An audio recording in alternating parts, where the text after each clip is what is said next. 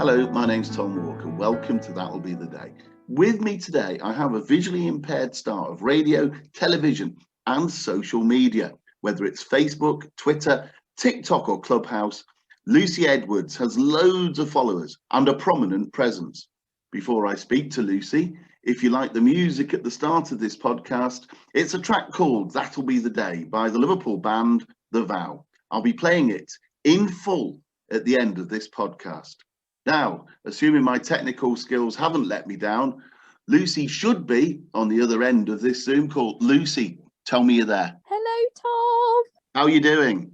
I'm good. Thank you so much for having me. I'm so excited to be chatting to you because I know we've worked together before on several different programs and I'm just really happy to be on. So thank you for inviting me. You've amassed an awful lot of followers on social media, so I shall be interested to know about that.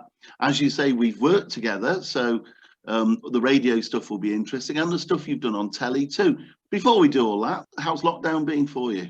Oh, Tom, I mean, I don't know how it's been for you, but for me, I think the first lockdown and the second lockdown was worse, just purely because I guess we were just adapting to a new normal. I know that term is coined by several people in the media, I guess, this sense of new normal. When we first locked down, it was the 7-year anniversary of me completely going blind. So it kind of was a bit of a pause and reverse for me. I was going to get married also in 2020 and we postponed that. And then also just the retired guide dog fiasco, that was the end of 2020 in October 2020 for me. So yeah, kind of that my wings kind of got cut at the seams really a little while, but bounced back, and I'm sure other people can probably relate to me too. Now, you're a freelancer like me. How was work for you during lockdown? Yeah, it was tough, Tom. I think at the start of it, when everyone was kind of really just put out to sea and not knowing what was going on, it kind of just stopped for me dead in its tracks. And I was kind of sitting there thinking, wow, I had all these gigs. I was kind of gonna, actually at the start of lockdown, I filmed for the travel show. I actually went on an aeroplane for the first time with my now retired guide dog, and she was working amazingly back in early March 2020. And that package was going to go out, and it never ended up airing, which is kind of no fault of anyone's, because at the end of the day, 2 weeks later, there was no air travel anywhere. So from that perspective, kind of that program never saw the light of day. And we went for just the stark contrast of that. And then several months later, Olga not really guiding me anymore, just because of her being at home a lot more with me. She's so used to being so dynamic. But yeah, so I think I lost jobs because of freelancing, and it is about the hustle. And I guess when, the economy was thrown into turmoil, freelancers weren't necessarily, the first thing on everyone's minds. So yeah, it was a bit scary. What about more generally? Have you managed to survive lockdown? Have you managed to get out and do a bit of walking and maybe even a bit of socializing when it was relaxed? Yes, Tom. Yeah, I've got to grips with it all now. I think when Olga kind of stopped working, it kind of jolted me out of my kind of funk in a way. I thought, I can't do this.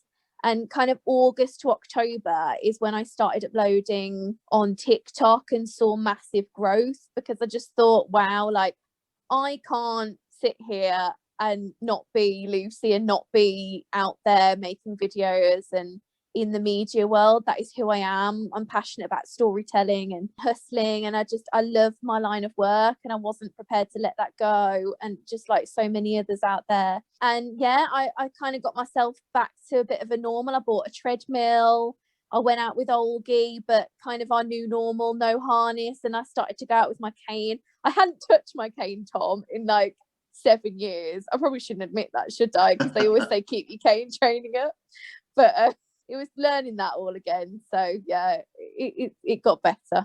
You mentioned there TikTok, so we may as well talk about social media first. You've become rather popular on TikTok and on other social media as well, including Twitter and Facebook and so on. What is the key to being popular on social media? Wow, the key. I mean, it kind of exploded for me on TikTok, just purely because of the hashtag learn on TikTok. which was trending back in August. And it was kind of TikTok's way of driving more educational content to the platform. I saw doctors on there, I saw other educators on there, and I thought, wow, this is really a time to do it. I think the success for me throughout my whole social media experience, I mean, I started social media back in 2014 where I uploaded to YouTube Blind Girl Does Her Own Makeup, and that went viral. And then I trained to be a BBC journalist and kind of frequented social, but I definitely wanted to just make sure my skills were up to snuff before I started creating more content. And I think that has really driven my ability on TikTok this time round, coming back to it as a kind of an experienced journalist, an older creator now. I'm 25. I think learning how to write a good headline, learning how to piece together a good radio package. You know, I was taught by you and some other fantastic people who really were a part of my journey at the BBC, really teaching me how to put together radio packages and whatnot. It kind of was the building blocks to my success. And I think really taking that and then also saying, wow, this new medium, it's 1 minute or less. Like, how am I going to teach someone who knows nothing about blindness in 1 minute or less? I try and keep my videos under that if possible anyway. For me, it was about a series. For me, it was like about this key question, how does a blind girl? And I thought, if I can make this a brand and a series, people are going to come to me and think, well, how does a blind girl know about that? And at the start of every one of my videos, that's what I started to do. And kind of even before I started to upload on TikTok, that was sort of my strategy because of my experience at the BBC. Yeah. Is TikTok mainly then a video platform? Yes, all video, and it's very user driven. So it's very, you know, you respond to comments with stitch features, with duets. It's very interactive. And I think that's why my success was driven on those features, because there was an emphasis on that. I always had community engagement, people going, well, how do you brush your teeth? How do you pick up your dog's poop? How do you, you know, brush your hair? And I think fundamentally, sometimes that's a bit like, oh, wow, how do people not understand how I do that? But then I sit back and I tell myself, you know, before I had a disability, I knew nothing about disability. And if kids aren't being educated at school, or even adults, about how to be blind, let me be the blind educator. And to be honest, TikTok probably has a long way to go on voiceover accessibility. You can record a video in app, you can put some text on it, you can even upload a video that you've edited in Final Cut Pro, which is accessible with voiceover, and just plop it on and do all the hashtags and stuff. So it is getting more and more accessible by the day. I think when I first started, there were a lot of unlabeled buttons, but it's been a journey and I'm so excited to take it to the next level. And TikTok Listen. You mentioned that you lost your sight. I think it must be what now, some 8 years ago. Does somebody help you with the videoing? Does somebody actually do the filming for you, essentially? Yes. So because I'm a freelancer, I've applied for something called Access to Work. And this really does help me in my day-to-day life as a content creator and journalist running my own business. I know that you know, you have to be bright and bubbly on camera, but it is also important to engage with the sighted audience as well as a blind audience. And I think I have got my fiance, and then with the support of other access workers that I hire, I do have a support network around me. That's half the time, I would say, if I'm doing a sit down video, I use the Measure app on my Apple iPhone. I measure it. I make sure the camera's level on my tripod. I just have a plain yellow wall and sit on my tub chair. I'm always sitting in the same position. My tripod never moves. If I do just want to sit down and just film how does a blind girl go to school, and I just sit and answer a question, that is fine. If I'm out and about, which a lot of my videos are, it really is that Access to Work funding coming into play. But I would say probably more videos than not, I have had help with on TikTok, but I don't believe that has been the core of my success necessarily, because the platform is getting more and more accessible. You mentioned there your branding, the How Does a Blind Girl. Do you think that that really has brought in viewers for you, that people are really, really interested to have these questions answered? Yes, Tom. Honestly, it is completely centralized to my message that I'm always saying, how does a blind girl, in the start of my videos. This is what I kind of advocate for anyone starting on TikTok. Every social media is different, is what I would say. Long form content on YouTube probably wouldn't follow, well, I know doesn't follow the same kind of formula, if you like, to be successful on there. With TikTok, it is about that question, it is about the answer, and it's about the audience really wanting to stay for that answer. How do you regard your audience? Are they curious or just plain ignorant on visual impairment? I would say curious. And I think I put it like that because I want to see the best in people. And I think if I wasn't throwing all of my positive energy at it, I wouldn't give the responses that people kind of deserve. Like I always say, like I knew nothing about disability until I was a disabled woman. And I kind of think it's not a 14-year-old kid's problem necessarily just scrolling through TikTok that they don't know these answers, because school doesn't talk about disability or normalize it in any way at all. So I don't lie or lay the fault at the door of those individuals per se. I guess when the comments are really harsh and kind of questioning why I would want accessible tech because there's kind of no value to my life, and pushes into that sort of rhetoric, I think that's when it gets hurtful and harmful, that people genuinely believe that just because I lost my eyesight, I'm not Lucy anymore. But I think a lot of my audience who follow me do realise that there is a life after sight loss. You know, I am blind, I'm not broken. You mentioned there about journalism and the process of asking questions. You trained as a journalist at the BBC. How did you get into that? I basically lost my eyesight at 17 and I thought I wanted to be a lawyer. And I always say, oh, that was a sighted Lucy's dream. And when I started uploading to YouTube, I knew that storytelling was now me, and I kind of found my voice. I saw a job ad on my computer on the BBC website called Extending Digital News.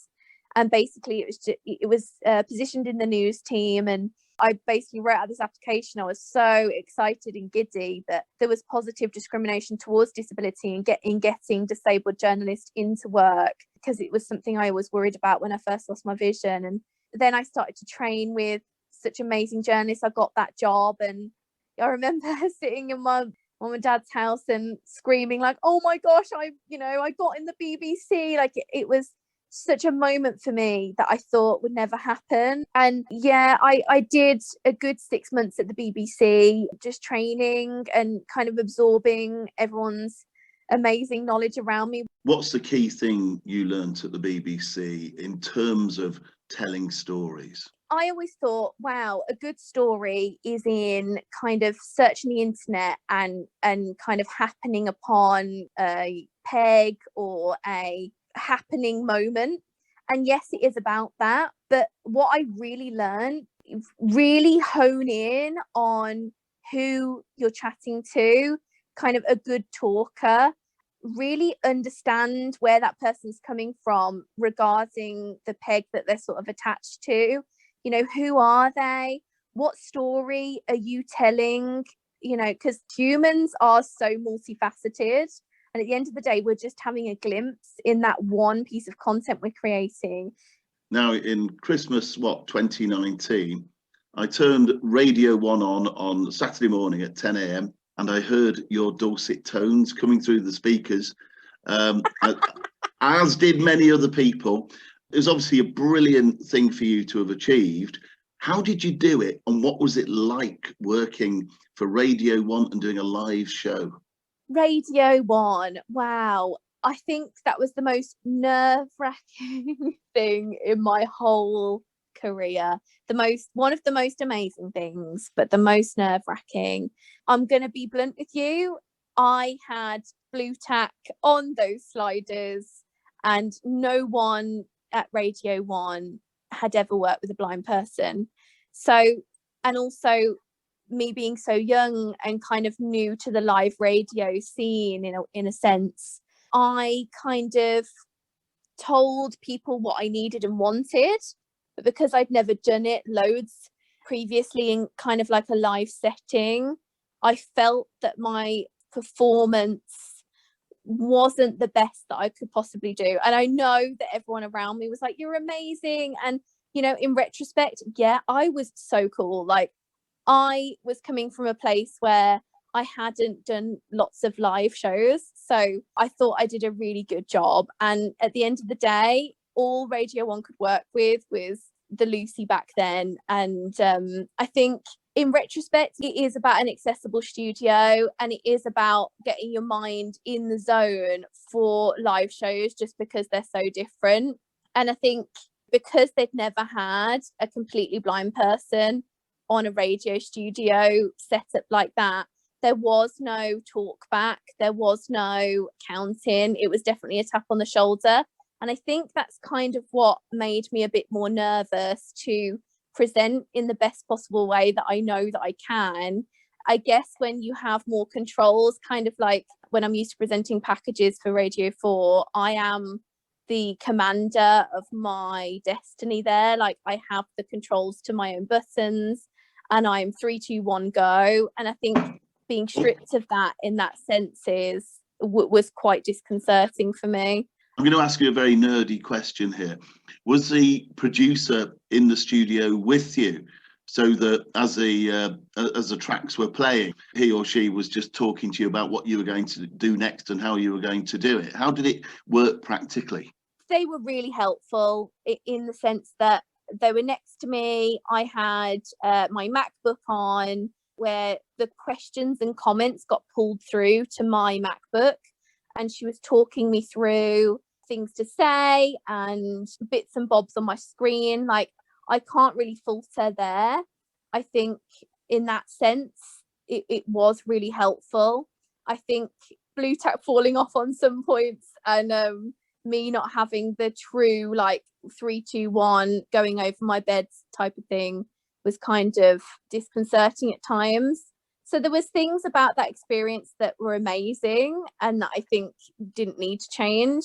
And I think another, and half of it maybe I can see how with maybe other access workers, other talkback technology and more controls on my end, I can feel a more confident version of myself. So it was half and half for me, Tom, really. Yeah, I've got another one though. You're doing your link, between each record, and suddenly you think, okay, I want this record to start now. Were you in control of that by opening the fader, or did somebody else do that for you? How did that work? Yes, I was in control of opening the fader. What I found disconcerting was not hearing 3, 2, 1 in my ear. It's obviously different for every blind person.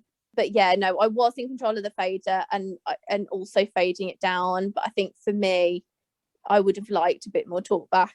On a scale of 1 to 10, as you woke up on that Saturday morning, how nervous were you as you made your way into Radio 1? The most nervous I've ever been in my whole entire life. Probably up there with my eye operations.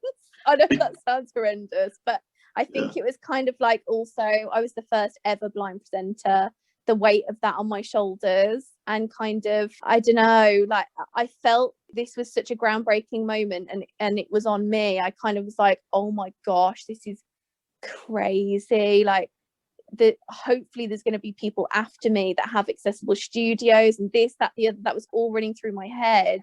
I was like, oh my gosh, little Lucy's would be so proud of me. Like, there's been no representation before this. Like, oh my gosh, like I would have only dreamed of this like 5 years ago, for there to be this much acceptance of me and my disability.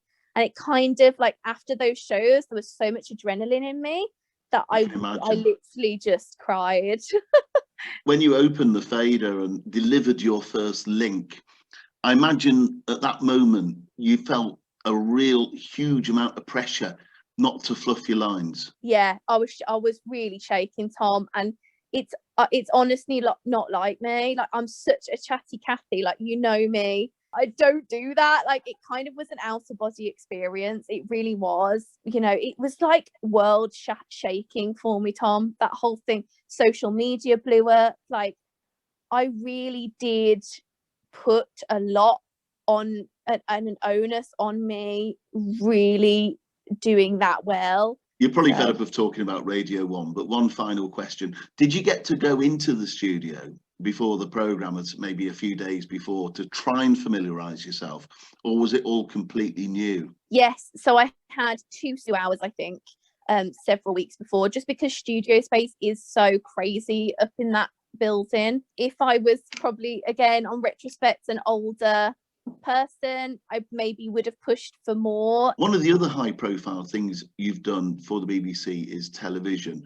What were the challenges for you as a visually impaired person of getting your head around all the requirements that television has? With telly, there's always going to be a camera person there, because there is that expectation that, you know, I'm not going to get the angles and shots that another TV journalist is going to get. And especially, I want to put a special shout out to BBC Click. BBC Click are a phenomenal team, and Paul and Simon, who run Click, I trained with Paul. He also came on the Extend scheme, Paul Carter. He is just a phenomenal journalist, and he's been my cheerleader with inside that team. You know, to get the best out of me and my sort of working processes as a blind journalist, it's to do a session where we do voiceover separately, maybe the day after.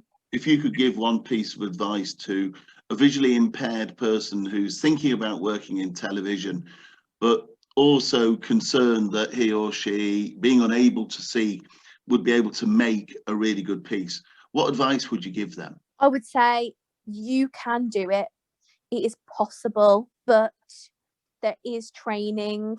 I've had training in looking at a camera. I've had a lot of experience in training myself where to look, training myself on writing a script or speaking a script from an earpiece and verbatim talking back the script. It was a massive learning curve for me, and there has to be a lot of passion in it. I'm kind of I love it so much that I kind of threw every bit of my being into it. It's not impossible. It really is not. Unfortunately, in this industry, we are underrepresented on screen and behind the screen as disabled journalists. And it is about having the strength in your own convictions to say, you know, this is how I work and this is how I do things. You mentioned there underrepresentation, and that is a big issue, particularly for disabled journalists. Why do you think that is the case, and what needs to be done to tackle it? I think it really is about not always doing the same things that we've always done in our industry. What I mean by that is there are amazing presenters that always get put on screen, and there are always amazing producers behind the screen that are producing phenomenal bits of work. But I think it is also coming out of that comfort zone and saying, hey, there are other people that maybe aren't able-bodied or aren't, you know, the typical people who usually do those roles, and really seeing the value in what other experience can bring. We might not work in the same way, but I think when we get disabled journalists and professionals into these higher roles, into SBJ roles, senior broadcast journalist roles, into editorial roles, that is when we see the change. I mean, I definitely have with Click, like Paul Carter is a senior journalist. He's amazing and has worked at his craft for years, and he's really championed me in my career. You know, there are different ways of working, especially with the pandemic, Tom. You know, we've all been on our computers and we've all adopted a different way of working. It's possible to look at things differently, and I really do urge anyone listening to this who wants to really champion disabled journalists and be an ally. We need you more than ever. Do you think the media organisations have done way too little to promote and support disabled journalists? I think also that's a massively multifaceted question. I know there is a lot of funding being pumped in. For me, I haven't seen it trickle down yet, but that doesn't mean to say I've lost hope. I think if I do lose hope, I kind of might be sad, because it's just my dream to continue striving and pushing for equality, you know, and seeing so many amazing programs on screen that we haven't seen yet, or we haven't explored, not just from my minority group as a blind woman, as a disabled woman, other minority groups that I believe we haven't even tapped into half of it yet. Lucy Edwards, it's been amazing to talk to you. Thanks very much indeed. Thank you so much, Tom. And as promised, at the end of every podcast at the moment, I'm playing That'll Be the Day by the Liverpool band The Vow. I bless my inner visions of you. So what if that's a strange thing to do? My heart won't stop bleeding, always needing, it just keeps leading me on. Down through the years, beating the way into your life, yeah, that'll be the day your open invitation comes my way. That'll be the day when all my inhibitions melt away. And who is not to say we'll raise the shallow wreck of yesterday.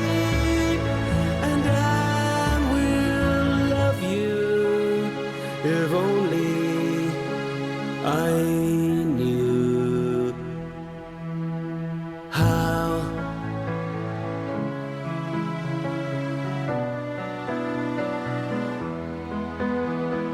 I've died too many times on this stage by slow